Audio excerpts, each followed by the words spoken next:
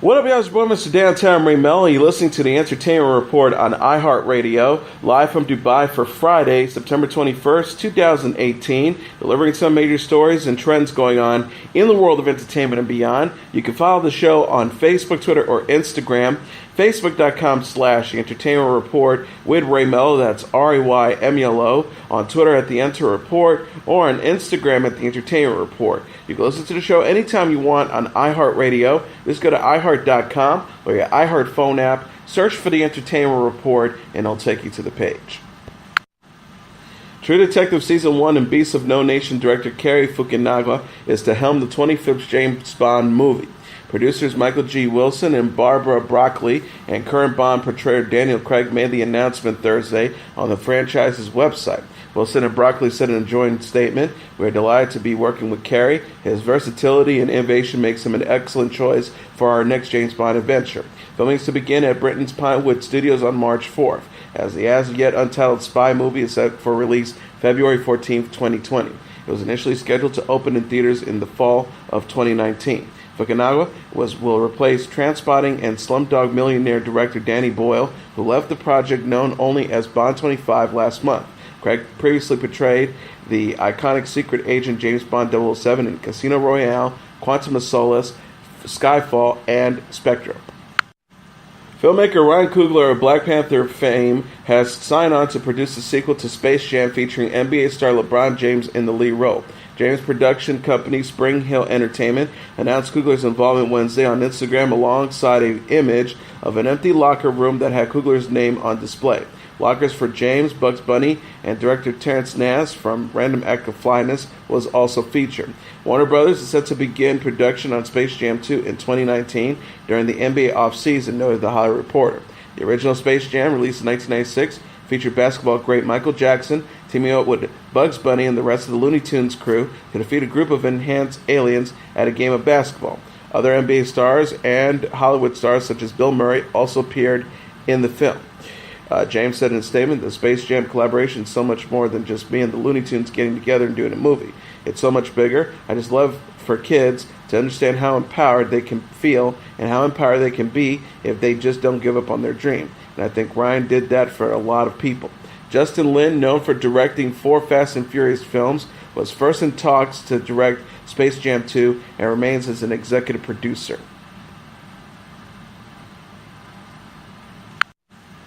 The 20th film in the Dragon Ball franchise, Dragon Ball Super Broly, is heading to North American theaters on January 16th. The official Twitter account for Dragon Ball Super made the announcement on Wednesday, alongside a poster that announces the English voice cast for the film. Vic Mignogna is listed as returning for the role of Broly after voicing the villainous character in 3 previous non-canon Dragon Ball Z films. CEO and president of Funimation, Jen Fukunaga, said in a statement, "We're thrilled to finally share the officially open date of Dragon Ball Super Broly with fans since first announcing the acquisition in July." Funimation is the anime distribution company that handles the English dubbing of Dragon Ball. Fukunaga continued, "From its updated art style to assembling of canon new characters, new and old, Dragon Ball Super Broly is sure to please fans." Creator Akira Torimaya's imagination and masterful storytelling truly shines through in this new movie. Dragon Ball Super Broly will make its theatrical release in Japan on December 14th. The world premiere will be taking place December 13th at the Chinese Theater in Hollywood, California. Kaley Cuoco discussed how she would like The Big Bang Theory to conclude and how it felt when the cast decided to end the series while appearing on The Late Late Show. Cuoco joked on Wednesday, "I would like the elevator to get fixed," in reference to how the characters on the show are always forced to use the stairs in their apartment complex. She continued, "The stairs have gotten more and more exhausting as our seasons have gone on." The Big Bang Theory is set to end with Season 12, which premieres on CBS on Monday, September 24th at 8 p.m. Eastern Standard Time, before the show moves back to its regular Thursday time slot at 8 p.m. Eastern Standard Time on September 27th. Cuoco said about deciding with her castmates that Season 12 would be the last season, "It was definitely tough. There was not a dry eye in the room, a lot of hysterical sobs." Cuoco says, "It wouldn't have mattered when it ended. We would all have been completely devastated. It's time now, I guess, to move on to other things, which is so heartbreaking. Joel McHale also appeared on The Late Late Show Wednesday, and Cuoco and host James Corden played a round of the Ball of the Lyrical using lyrics from Drake. The segment involved the trio acting in a dramatic soap opera with every line of dialogue consisting of lyrics from Drake. BBC America has released a new full-length trailer for the upcoming season of Doctor Who, starring Jodie Whittaker as the titular time traveler. The heroine says in Thursday's minute-long preview, "I'm the doctor. When people need help, I never refuse." She added, "I'm just a time traveler. Sometimes I see things that need fixing, and I do what I can." The clip shows her facing down foes, wielding both her sonic screwdriver and hammer, running through explosions and dodging bullets. The trailer is set to Macklemore's song Glorious, featuring Skylar Grey. The new season of Doctor Who is to kick off October 7th. The Doctor's champions will be Ryan, played by Toslin Coe, Jasmine, played by Mandeep Gill, and Graham, played by Bradley Walsh. A network press release says, "This new era is packed full of adventures, humor, emotion, and adventures through space and time, starting with the first episode titled The Woman Who Fell to Earth." The BBC announced last summer that Broadchurch alum Whittaker would be taking over the role from outgoing Dr. Peter Capaldi, who left the British sci-fi show after 3 seasons. Whittaker is the first woman to play the character. Magician Shin Lim was declared the season 13 winner of America's Got Talent on Wednesday's finale. The concert pianist turned sleigh of hand artist earned the show's $1 million grand prize and the opportunity to headline America's Got Talent live at the Paris Theater at Paris, Las Vegas, November 2nd to the 4th, NBC said in a press release. Tyra Banks hosted the show this season. The judges were Howie Mandel, Mel B, Heidi Klum, and Simon Cowell. Mandel tweeted, "A well-deserved win. So happy for at Shin Lim Magic, hashtag AGTF finale." The last AGT episode of the season was also notable because Kiss, the iconic rock band there to perform live, also announced its plans for a farewell tour. Fox has renewed cooking competition series MasterChef with Gordon Ramsay for a 10th season. MasterChef Season 10 will air sometime during the 2018-2019 television season. Nationwide casting call has begun and will continue through September as the series searches for its next group of cooks who will compete on the show. The renewal came ahead of the show's Season 9 finale on Wednesday, when Louisville native Garen Hart earned the MasterChef title and the $250,000 grand prize. MasterChef is the most watched cooking program in the United States, with Season 9 averaging 6.4 million viewers, noted the Hollywood Reporter. Ramsay also helms a number of other cooking-based shows on Fox, such as MasterChef Junior, Hell's Kitchen, and 24 Hours to Hell and Back. Kristen Bell announced via Twitter Thursday that Hulu has officially revived her mystery dramedy series Veronica Mars for a 4th season. Bell tweeted, "Breaking news out of Mars investigation. A new hashtag Veronica Mars series is coming at you via at Hulu. Thank you to all the marshmallows for staying excited, and to at Hulu for giving Veronica a chance to wear her big girl pants. Hope we're still friends after I taser you." The post includes a brief video of Bell telling all fans all 3 existing seasons of the show, which initially aired from 2004 to 2007, would be available on Hulu next summer. She says, "Which is great because you will need to brush up since we're making another one." Hulu later confirmed it ordered the limited series, which featured Bell as the title character, a witty and resourceful private investigator. The synopsis reads, Spring breakers are getting murdered in Neptune, thereby decimating the seaside town's lifeblood tourist industry. After Mars Investigations is hired by the parents of one of the victims to find their son's killer, Veronica is drawn into an epic 8-episode mystery that pits the enclave wealthy elites who would rather put an end to the month-long bacchanalia against a working class that relies on the cash influx that comes with being the West Coast's answer to Daytona Beach. News that Hulu was working to bring the series back was first reported in August. The last Veronica Mars screen adventure was in the form of a 2014 crowdfunded film. The series co-stars Jason Voorhees, Teddy Dunn, Tina Margano, Chris Lowell, Piercy Daggs III, Francis Capra, and Ryan Hansen, who all returned for the movie. It's unclear who might return up for Season 4. Veronica Mars is the latest show to get fresh episodes or a sequel series years after their cancellations. Among the recent returns are Murphy Brown, Will and Grace, Gilmore Girls, and Full House. Get Out filmmaker and Peele Comedian Jordan Peele is set to host and narrate a new version of The Twilight Zone. The series is to start streaming on CBS All Access next year. Peele paid homage to Rod Serling, the original sci-fi anthology show's iconic guy. Peele said in a statement Thursday, Rod Serling was an uncompromising visionary who not only shed light on social issues of his time, but prophesied issues of ours. I'm honored to carry on his legacy to a new generation of audiences as the gatekeeper of the Twilight Zone. Every episode of the original series, which aired from 1959 to 1964, is streaming on CBS All Access.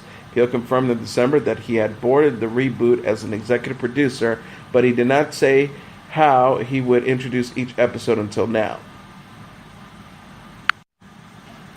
Emilia Clarke displayed on Instagram her new set of Game of Thrones-inspired wrist tattoos of 3 flying dragons. The actress said Wednesday, "Mod for life," alongside a photo of her new ink. The caption is in reference to Clarke's character Daenerys Targaryen, who is the mother of the dragons on the hit HBO fantasy. The actress said of celebrity tattoo artist Dr. Wu, "Add Dr. Wu, make sure this mama ain't never forgetting her babies. Hashtag don't worry, I'm only briefly passed out. Hashtag wit, fry, and ink baby.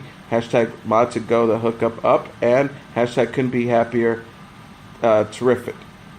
Clarke has portrayed Daenerys through all 7 seasons of Game of Thrones. An 8th and final season will arrive sometime in 2019.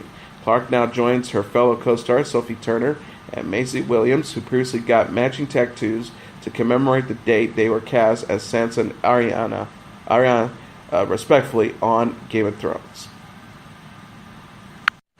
The rock band Kiss said it's planning a string of farewell concerts called the End of the Road World Tour.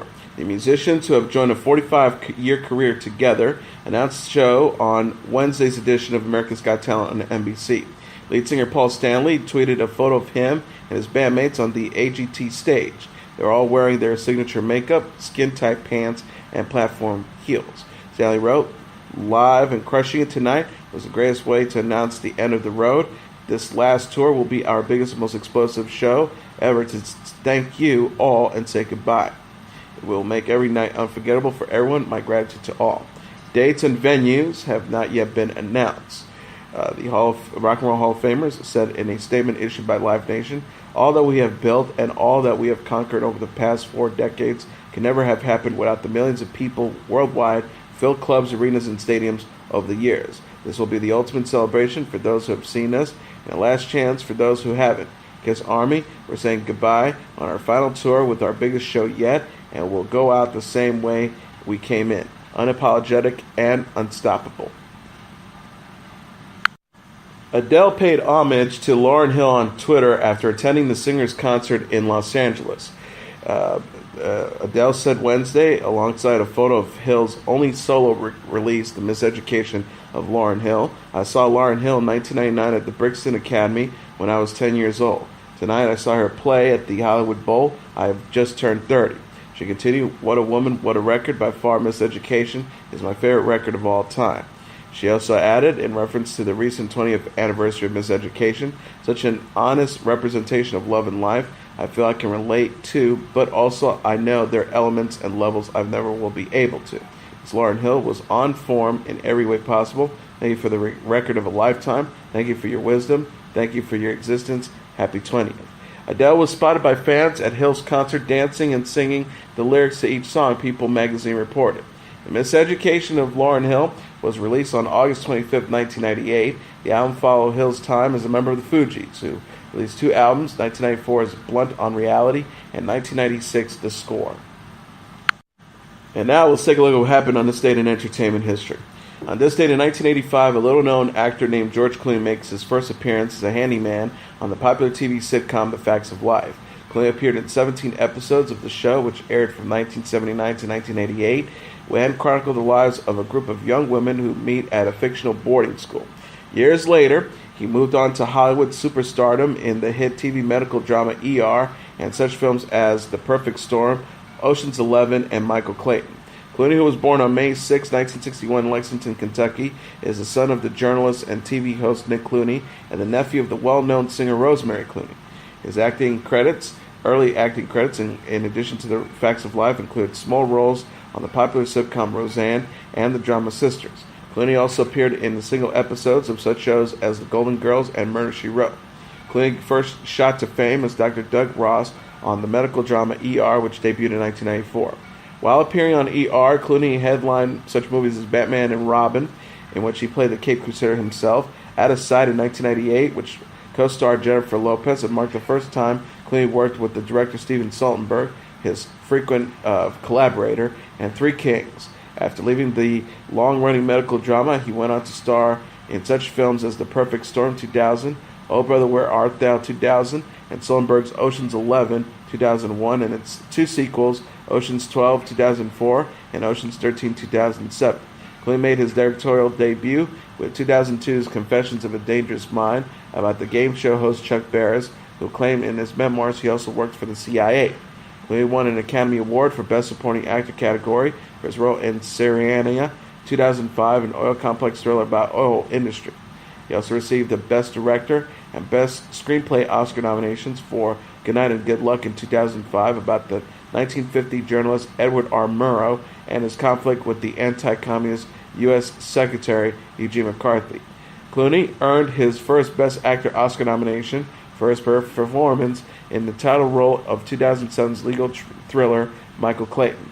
Off-screen, the actor, who was named People Magazine's Sexiest Man of the Year in 1997 and 2006, was known both for his confirmed bachelor status and his advocacy for various political and social causes, including the environment and the troubled Darfur region of Sudan. And that is your entertainment report for Friday, September 21st, 2018. I'm your host, Mr. Downtown Ray Melo. I'll be back on Monday to deliver some major stories and trends going on in the world of entertainment and beyond. You can follow the show on Facebook, Twitter, or Instagram. Facebook.com/The Entertainment Report with Ray Melo. That's RAYMELO. On Twitter at The Enter Report, or on Instagram at The Entertainment Report. You can listen to this episode or any previous episodes of The Entertainment Report anytime you want on iHeartRadio. Just go to iHeart.com or your iHeart phone app, search for The Entertainment Report, and it'll take you to the page. Everyone have a great weekend. Good night, and God bless you all.